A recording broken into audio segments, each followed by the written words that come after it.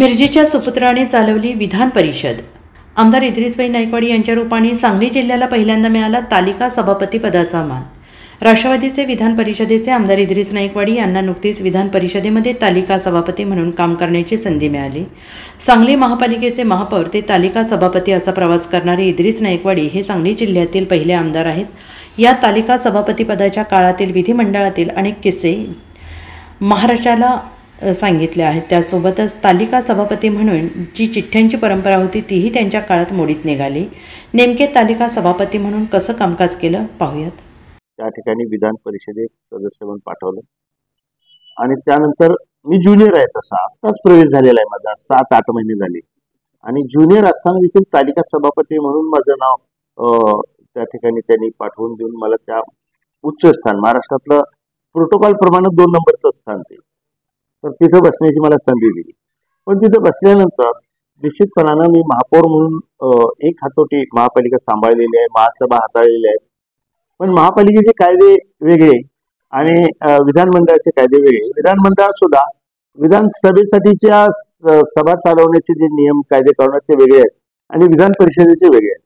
आणि त्यात विधान परिषदेत फार दक्षपणानं काम करावं लागतं, कारण विधान परिषदेत सिनियर मोस्ट मेंबर असतात आणि विधान परिषद हे वरिष्ठ सभागृह आहे आणि तिथं येणारे सदस्य देखील फार म्हणजे अनुभवी असतात। त्यामुळं त्या सभागृहात बसून त्यांना हाताळणं इतकं सोपं नसतं। जी जबाबदारी एका विश्वासाने अजितदादांनी माझ्यावर सोपवली, मी ते करत असताना मला इथला अनुभव होता सभागृह हाताळण्याचा। ज्यावेळी विश्वासात घ्यायचं असतं त्यावेळी विश्वासात घेणं, ज्यावेळेला कायद्याचं आपलं जरब असायला पाहिजे किंवा नियमाचं पालन करायला पाहिजे त्यावेळेला नियमाची आठवण करून देणं, यावरच ते सभागृह चालत असतं। आणि विशेषतः विरोधी पक्ष थोडंसं विधानसभेपेक्षा विधान परिषदेत जरा अप्रबळ आहे आणि विरोधी पक्षात चांगले चेहरे आहेत, म्हणजे असं नाही आहे, एक मेरिटचे चेहरे आहेत ज्यांचं आर्ग्युमेंट फार ऐकण्यासारखं असतं किंवा एखाद्या विषयाच्या मुद्द्यासंबंधी ते अभ्यासपूर्ण बोलत असतात। त्यावेळेला त्यांना ट्रीट करणं आणि समोर असणाऱ्या सत्ताधारी पक्षातल्या आमदारांनी व्यवस्थितपणानं मेंटेन करणं हे एक फार कसरत आहे। ते कसब ज्याला जमलं त्याला सभापती काय हे कळलं।